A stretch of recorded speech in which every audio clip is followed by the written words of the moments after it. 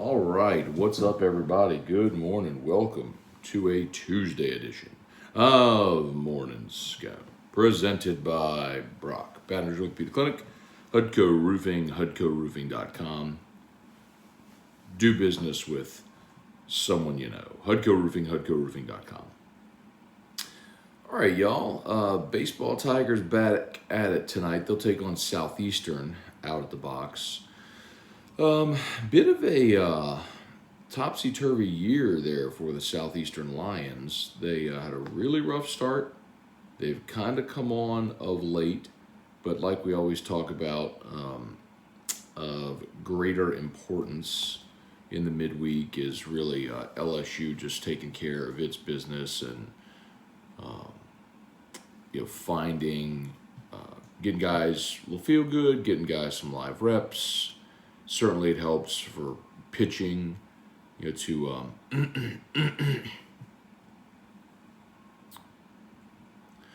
to develop some of those guys. Jay Johnson did say that Blake Money will pitch against Southeastern today, so it did not record an out there against Alabama in Game 2. So needs some work, needs to get out there, needs to throw it and feel pretty good. So. They discussed Blake Money pitching last week in the midweek, didn't manifest. He started on Saturday, didn't go well. So get him out there tonight, see how it goes. So Southeastern's just 22-25 overall, but they're actually tied for first place in the Southland at 12-9, hitting just .243 as a team and a staff ERA of 6.08. So this has not been a banner year for the Lions, but they've come on late here in conference play, made a little bit of a charge. So, their only way into the into regional play is going to be winning the Southland. So, it's not like this is an RPI game for them or anything. That don't matter. They got to win their conference to get in. So, anyway, see how the let's see how it goes tonight for the Tigers. And then Jacob Berry. Jay Johnson did give an update yesterday on Jacob Berry. Said it's a pain tolerance thing. He said he still has flexion in his finger, so he can still bend. It's his middle finger, so he can still bend it there a little bit. But he said he's going to have to put a pin in it and all kind of stuff. So it'll be a pain tolerance thing. Won't play today. I doubt he'll play Friday. We'll see if he plays at any point this weekend. Maybe you can DH him or put him in a pinch hit role from the right side. We'll see. But you almost rather give him that downtime, let the thing heal a little bit, and it's a hairline fracture, so let the thing heal a little bit, and see if you can have it for the Vanderbilt series or for the SEC tournament. If you want to look at it from a positive side, this is going to force you to get some other right-handed bats in the lineup, and get some guys work at third base, or if it's someone in the outfield, whatever it may be. All right, let's say some good mornings here. Chase Pellegrin, Thomas Bergeron, Jason Austin. What's up, Jason? Still waiting, bro. Still waiting.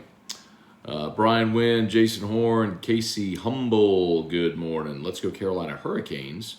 Need my Cajuns to pull for them. Sure, Casey. I have no allegiance whatsoever with hockey. I've often said that I couldn't name 10 active hockey players to save my life. Like, literally, if I were in like a hostage situation and they said you have to name 10 active NHL players to save your life right now, I would be dead. I could not name 10 active NHL players. Like 10 players all time, I could do that. But 10 active, no way, no shot. So I have no allegiance, don't really care, I don't really watch. It's just not interesting to me. And people always say, hey, playoff hockey's the best. That's wonderful. I have tried to watch it before. It's just not interesting to me. So, but if it makes you happy, it can't be that bad, as the great philosopher Sheryl Crow once said. Ron Ritchie, Shannon Maggio, Courtney Storr, good morning. Trivia Carter, Hunter Fournette, Brady Smith, Pabler 15, what's good? Jesse Brown, morning, Matt. With the departure of Sean Payton, do you think that has had an impact on offensive free agent signings with the Saints? Good question. No, I don't actually. Let's talk about what offensive free agents might have wanted to sign with New Orleans. None on the offensive line, right? I mean, Teron Armstead was vacillating a little bit, and had they gotten Deshaun Watson, it sounded like he might have taken a little bit of a discount to stay. Felt there would have been a really good chance to win here. Okay. And because he didn't get his number either way.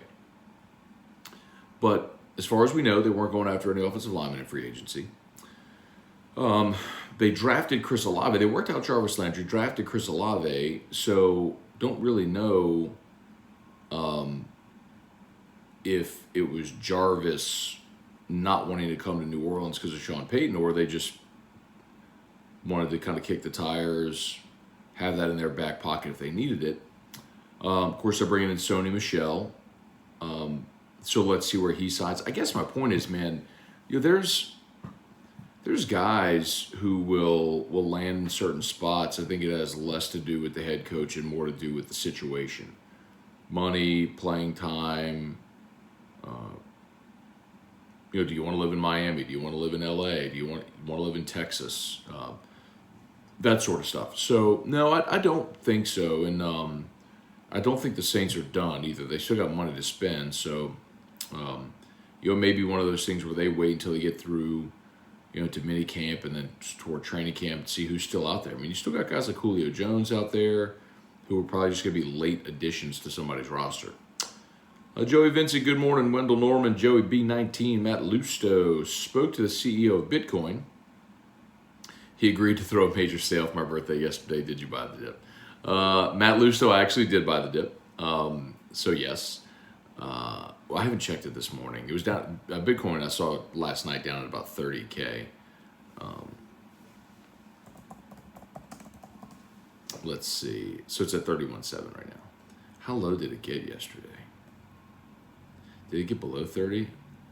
So it got to 29.9 shortly after midnight tonight. Then it pumped to 32, and now it's settled around 31.7. So, by the way, belated happy birthday, Matt Lusto. And I'm of course, there's no CEO of Bitcoin, but yes. So cost averaging is a very smart thing to do, and I do that. And I'm actually hoping, Matt Lusto, that it goes much lower. We are in the middle of a crypto bear market, and I hope all of this stuff just absolutely craters even further.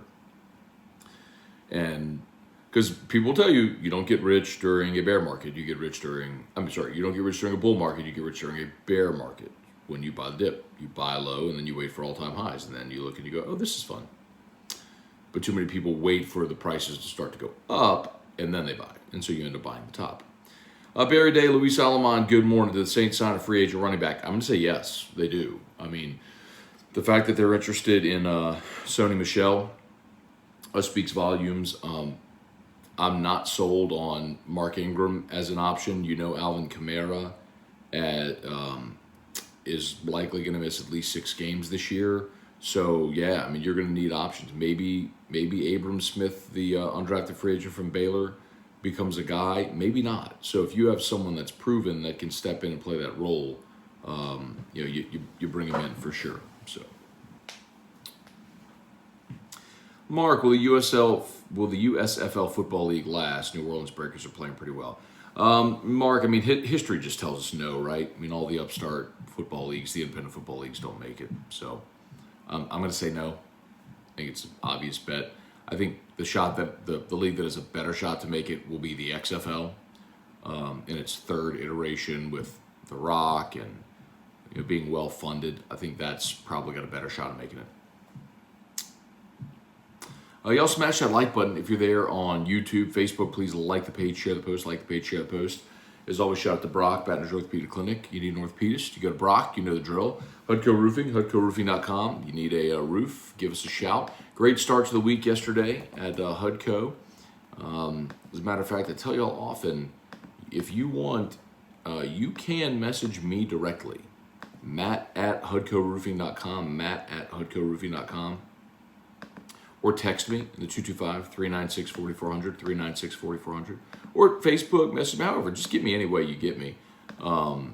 And I will happily help facilitate getting your roof inspection or whatever it is that you need, repair, replacement. Happy to do that. So Hudco Roofing, hudcoroofing.com. Got it pinned right there on the in the chat. Where are we? All right. Joey B19, morning, Matt. It's a glorious day. The chickens are coming home to roost. Aggie and Tide are looking down the barrel of the NCAA finally. So we'll see about that, Joey. I will be very curious. So what Joey B19 is referring to is report that our buddy Ross Dellinger had yesterday. The NCAA has in fact put forth new guidelines prohibiting collectives from essentially buying recruits. Let me oversimplify it. Using NIL to buy recruits.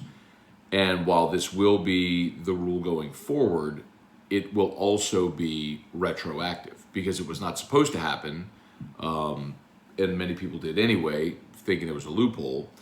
And so they are going to retroactively investigate. And the NCAA representative speaking to Dellinger and Sports Illustrated said, well, they can't go after everything. They can go after the most egregious claims, i.e., Texas A&M. So, Miami. Some very obvious and notable ones where boosters were flaunting the dollar amounts. I mean,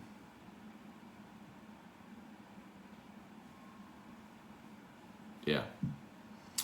So what will the punishments be? We'll see. How long will it take? I don't know. That's where I kind of hesitate. Let's see. The NCAA won't have any teeth. LOL. No way in hell they're going to be able to enforce anything. LOL. Hunter, I disagree. I mean, you got to remember the NCAA is autonomous. I mean, they are judge, jury, executioner. While I agree that they don't have enough enforcement staff to monitor everything, when they aim in a certain direction, they'll hit something if they want to. So, it may not be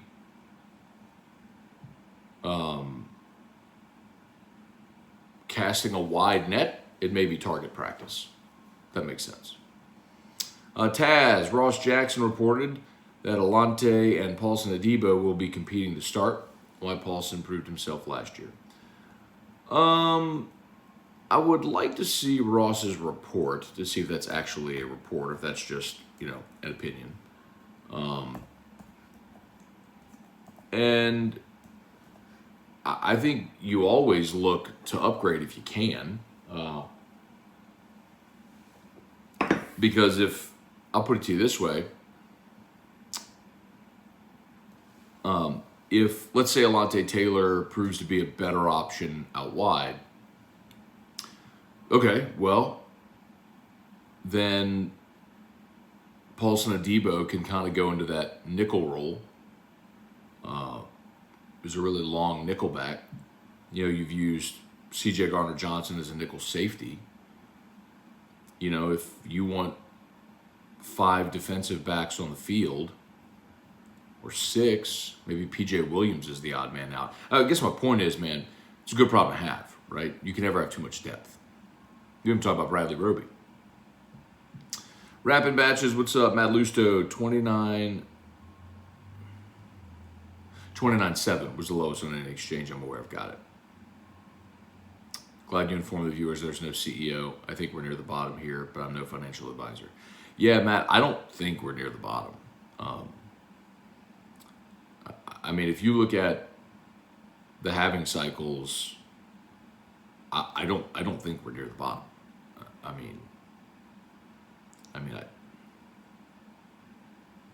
It's gonna be a long journey through the wilderness for crypto in the next 2+ years. So, buy the dip. Gosh, dog.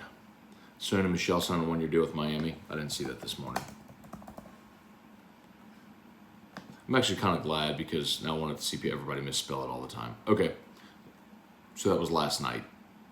Okay, Rappaport tweeted it last night. Let's see. Taz, what position the Pelicans need to address with their pick? Would you trade that pick if available? Who would you trade the pick for if available?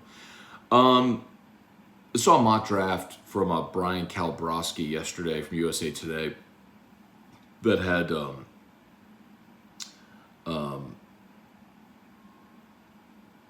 the Pelicans with the 8th pick taking Sohan, the wing defender, the 6'8" wing defender from Baylor. And I thought to myself, isn't that just like the perfect pick? Nobody really thought he'd be a one and done. He's not really an offensive player, but another perimeter defender, a 6'8" long perimeter defender on this team makes sense because you've got scoring on this team. You've got B.I., you've got C.J. McCollum, you've got Jonas, you've got Kyra Lewis coming back next year. Obviously Trey Murphy can give you buckets, some 3-and-D. I'm good going more defense, I'd also be really good winning the draft and taking Paulo Banchero, winning the lottery. Tim Gotro, Eric Wilderotter, looking at Jarvis in a different way, considering that Michael Thomas has played a grand total of 7 of 34 games the past 2 years. I'd say it's borderline negligent to not go after him for insurance. So I would disagree, Eric, because you can look at the beginning of Michael Thomas's career from 2016, 16, 17, 18, 19, when he never missed a game. So, and he tried to play through it in 2020, and then a lack of communication and poor personal decision made him miss last year. So get healthy. He's been healthy. I think he'll be fine. But I'm for it. I'm for it, like we talked about. All right. Golly, getting short on time here. Only got a couple more minutes. Let's see. Kelly Gross, good morning. Randy Dabdoob, check your Facebook messages. Will do. Rode Yule, 4-0 week starts tonight. I love to sweep Ole Miss out of the postseason discussion. Hey, remember, Ole Miss swept Missouri last week. So they got themselves back into the conversation at 10-14. LSU was 13-17 last year and got in. So Ole Miss ain't dead yet. So it's a big opportunity for them this weekend coming to Baton Rouge. This is the kind of weekend for them where they take 2 out of 3 in Baton Rouge. They all of a sudden have a pulse. Now you go into the final weekend of the regular season thinking, man, you win a weekend, you're in the tournament. So, yeah, it's big. It's definitely a big weekend for both teams. Greg Phillips, Devin Kelly, Ryan Amanda Guidry, Brian Wynn, do you think Scott Woodward's long-term relationship with Emmert works in LSU's favor when it comes to sanctions facing basketball? No, I don't. I understand why you ask it, and a lot of people do. For those who don't know, Emmert's daughter is married to Woodward's stepson. And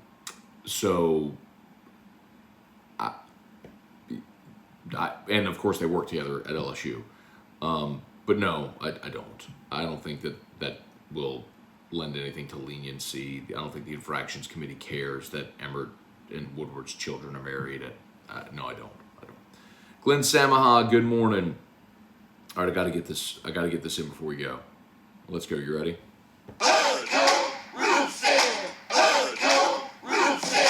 When you need a roof, call someone you know. Scone, Ontario. All you need is Hudco. Call Hudco Roofing. 364-1007. Hudco Roofing, HudcoRoofing.com, pinned there in the comments. All right, let me go rapid fire to wrap this thing up. Cliff Nelson, Hudco Hustle or the drone footage, no contest. Go check the Hudco social media. There is a drone video that we did, a Joe Morales shot of a Hudco job, and I set the drone video footage to the Hudco jingle. and posted it last night, so go check it out. Read Rule, morning Matt, why is the NCAA deciding to do this now when high-level people like Saban were warning about this a long time ago? You got to keep in mind, Reed, they're not deciding to do it now. This was the rule prior that boosters decided to find a loophole, and the NCAA is like, yeah, no, there was no loophole. You knew what you were doing wasn't allowed, and now we're clarifying it's not allowed. We're going to retroactively punish you. Big C, 657-0070. Yes, Sonny Michelle, Miami. Good morning, Team Drew, Sean Comiskey, Matt Lusto. I've unsubscribed from the traditional Bear Bowl cycle. Help me call 2 in November. I'm okay with being wrong there, but I don't think I am. Okay. Until we have evidence proves otherwise, Matt. Maybe as the market cap for crypto gets higher, it changes. Would make sense. Rapping batches, waiting for the new NCAA football video game. It's been about 10 years. Players are getting paid now, so give us the damn game back. I hope they don't ruin the NCAA game like they did with Madden with microtransactions. I haven't played either of those in a long time, y'all, so I'm not really up with that. Ryan Dixon, bro, George T. Stagg, are you crazy? Hey, man, so what he's referring to is last week we had John Peterson on AFR. John Peterson is trying to qualify in open qualifiers for the U.S. Open. I told him if he makes it, that I will not only go to the U.S. Open to support him, but I will bring him a bottle of his favorite bourbon. I said, name the bottle. He said, George T. Stagg. And then I stupidly said, what year? And he said, 2014. So Ryan, I have checked. Bottle is available on secondary market, and the price is absurd. But deal's deal, bro. So if he makes U.S. Open, I will gladly be in, I think he said Boston, to support him and to bring him a bottle of George T. Stagg. Yes, I will do it. 100%. All right, y'all, I got to go. Oh, it's 7:53. All right, thank y'all so much for watching, as always. Y'all have an awesome day. LSU Daily, if you're not subscribed, please go however you get your podcast. Subscribe to LSU Daily. We appreciate that. And AFR3.